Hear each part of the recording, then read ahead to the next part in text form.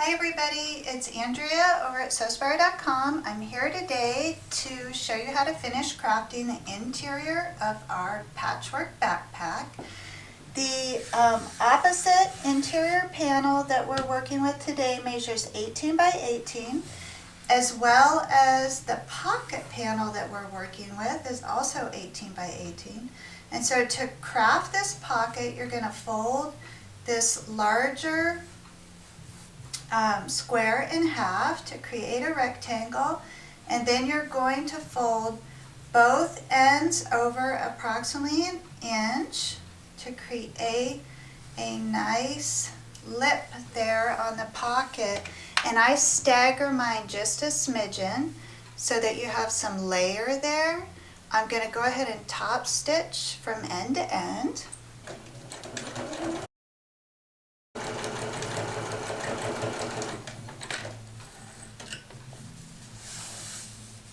And there I have completed the interior pocket. So now I want to position that on that remaining interior panel, and this is going to be up 5 inches from the base of that panel. The portion which we just stitched is towards the top, and then the folded edge is towards the base. And you can divide this any way you like. I'm going to make it a 3-way divided pocket. So I put 2 pins in the bottom, and then I'm going to measure in 2, 4, 6 inches and just put a pin there to mark it. 2, 4, 6. And then I'll head over to the machine, stitch across the base of this pocket, and then stitch down each portion 6 inches in to create that 3-way divided pocket.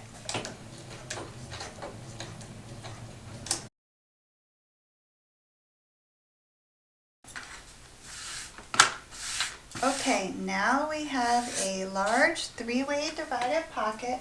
We want to start attaching our side panels, which there are 2 of those, and they measure 7 inches wide by 18 inches tall. You're going to position those right sides facing on each side of this pocket panel that we just created.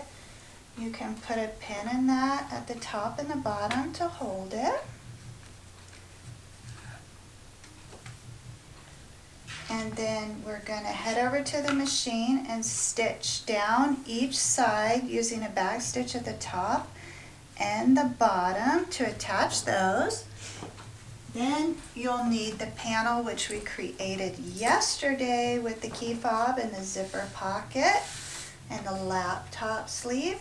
And you're going to take another base panel which measures 7 inches by 18 inches and position that across the base of this panel. And at the same time, when you're at the machine, you will stitch straight across the base of this so that we can begin assembling that interior.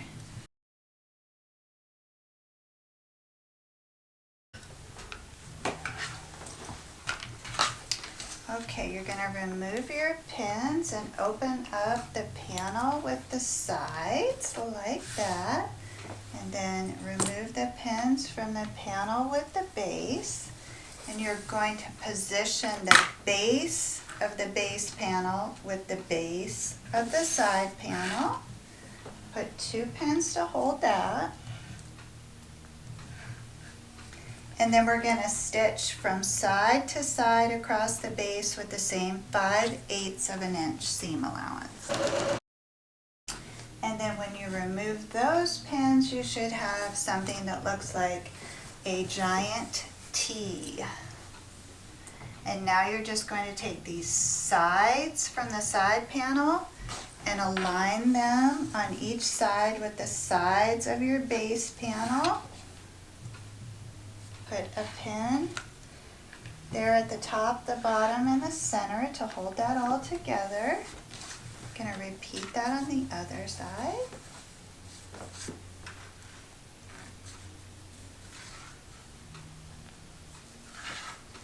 And then you'll stitch from the top to the base on both sides with the same 5/8 of an inch.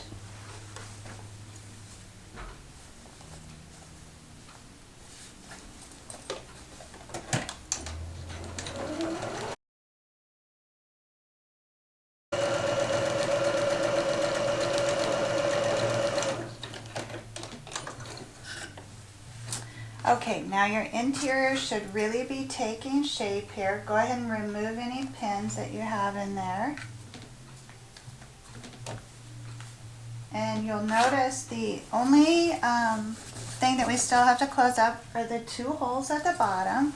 So these sides should be nicely aligned already for you. Just tidy that up and then stitch from seam to seam with the 5/8 of an inch to close up those 2 holes in the base.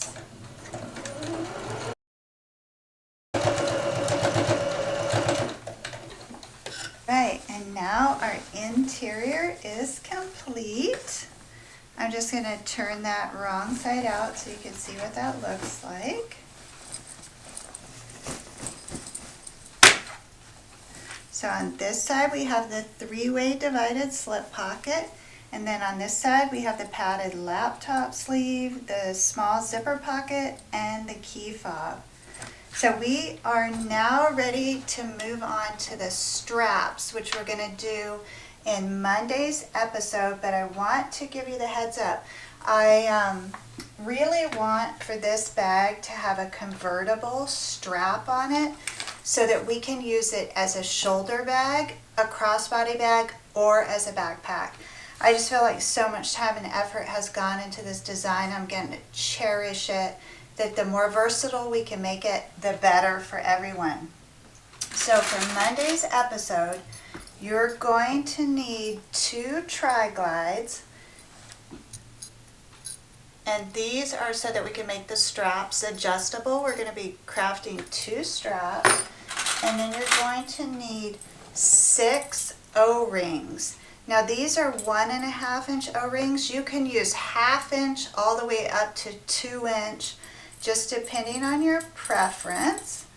Then you're also going to need 4 swivel hooks. And these are also 1.5 inch swivel hooks, but you could use smaller ones. The swivel hooks are going to attach to these rings like this.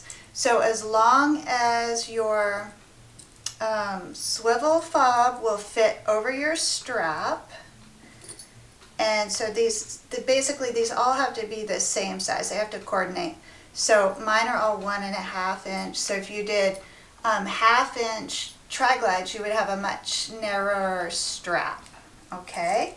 And when we make the strap, just in case you don't have access to all of this hardware, I will try and give you instructions for just creating a fixed strap.